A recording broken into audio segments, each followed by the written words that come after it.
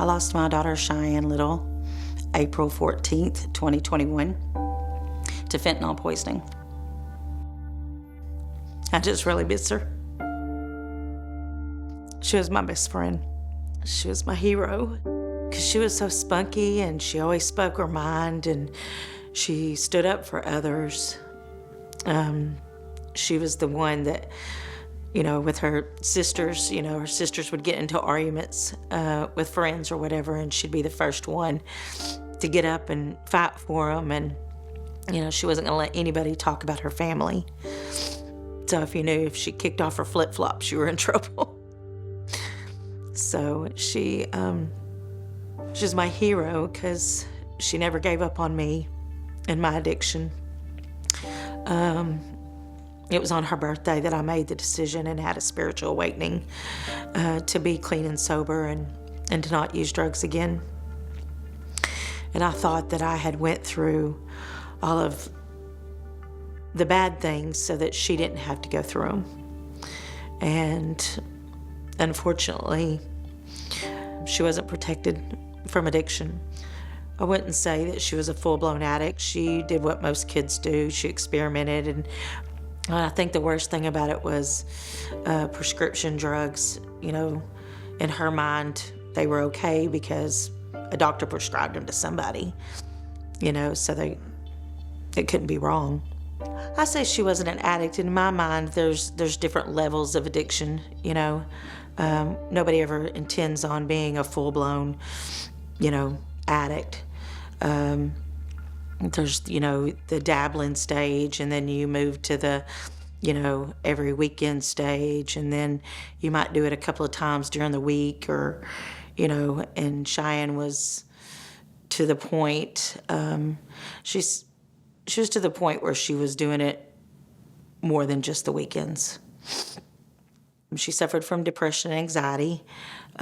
She'd been in a toxic relationship for about a year and a half. They had broken up. She had told me that she wanted to go back to a therapist. But I told her that if she was going to go to the therapist and get on antidepressants and anxiety medicine, that she would have to quit drinking and taking street drugs because they just don't mix. And she told me that that's what she wanted to do, and I thought she was doing it. And instead, I think it was just a facade to cover up, the fact that she was slipping further into her addiction. The night before she died was a normal night. She played APA Pool League and played on a pool tournament with her dad. And he said that she played the best pool of her life. She was happy. She wasn't overindulging in alcohol or anything. She left there and went to another bar, and those two bartenders went to her house with her, and they played Uno. A known drug dealer that was one of her friends was there playing Uno. The other girls left about 3:30. He left about 6:45 in the morning, and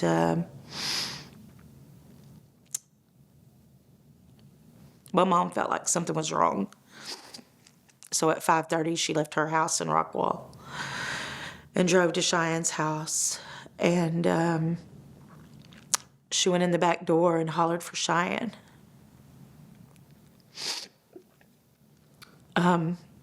And she looked down, and coming out of Cheyenne's hallway into the living room, she was laying there.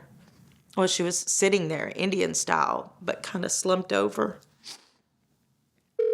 Greenville 911. Yes, I think my granddaughter's overdosed or something. She's calling. Which address? And my mom went to lean her back. Hold on just a second. Don't hang up. Stay on the line with me. And she was blue, and rigor mortis had already set in. So her arms were locked. But she had blood coming from her nose. And You think she might have overdosed? she I don't know. She's kept trying to do CPR while the 911 lady was on the phone. And okay. Hold on just a second. then she called Cheyenne's dad because he was closer. And he got there. And for me, I thought, Cheyenne lived on her own. I thought it was a normal day. I took my granddaughter to gymnastics, and I was trying to film my granddaughter on the uneven bars, and I kept getting a phone call from my ex-husband, and I answered it, and he just said, "Cheyenne's dead." And I said, "What?" And he said, "Cheyenne's dead. She's at her house and she's dead." So I grabbed my granddaughter. I yelled for her to get her stuff. We had to go.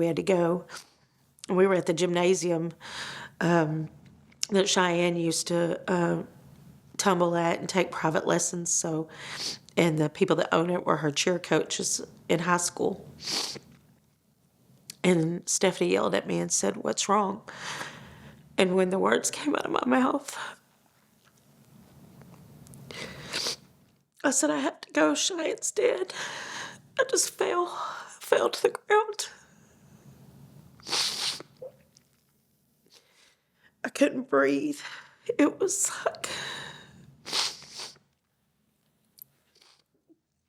like something was on my chest. But I did everything I could. I got to Cheyenne's house, and I just kept thinking if I could get to her, I could make her come back. When I got there, they wouldn't let me go in. My ex-husband said I didn't want to see her like that. And I got down on all fours because I couldn't stand up. And the next thought in my head was, did I do what I was supposed to do as a mother? Did she go to heaven?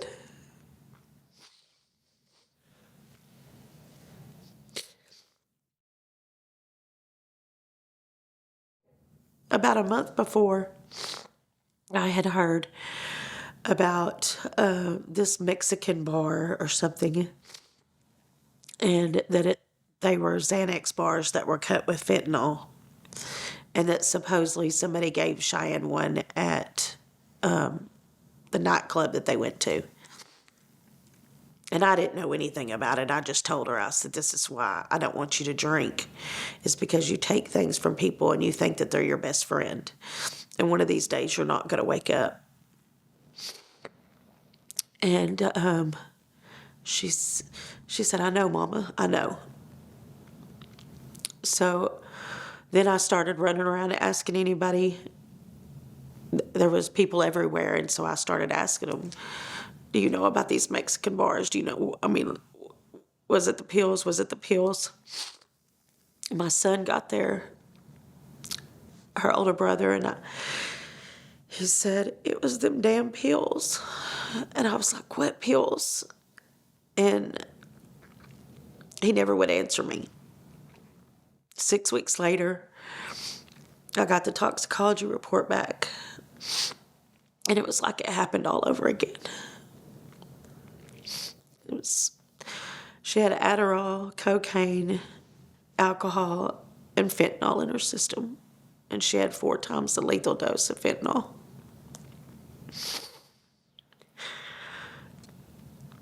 Then I just started staying up, reading all day, every night, what fentanyl was, and then I started learning about all these moms and that it was happening all over the world, all over the United States.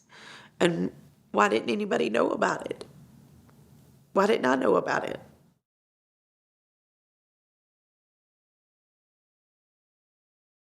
They never talked to me. They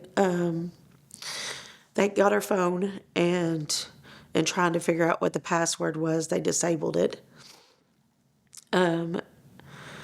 The investigator said that he was going that there was an ongoing investigation. And when the autopsy report came back, he called me and told me that, that same thing I'd already learned from the death certificate that morning. He waited till 3 to call me that afternoon. And I asked him what we were going to do about it. And he said, "Excuse me, I don't understand your question." I said, "Well, apparently this is an epidemic all on its own." And he said, "Well, I guess education." And then I asked him if I could have a copy of the autopsy report and the toxicology report. And he said when the case was closed, I could get copies. So every week I started calling, asking his voicemail. I called it once a week for 6 months from the time that I got the news, and never got a return phone call.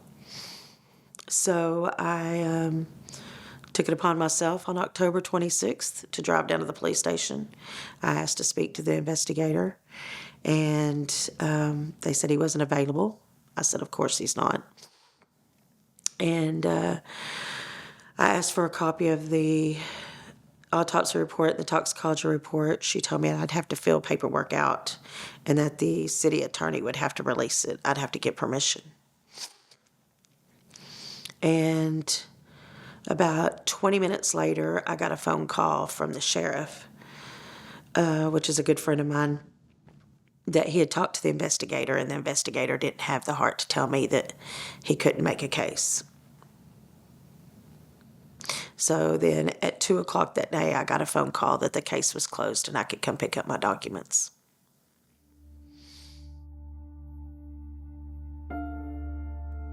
I started a nonprofit for fentanyl awareness, at least for our community, called Fiercely Fighting Fentanyl Poisoning, 3FP.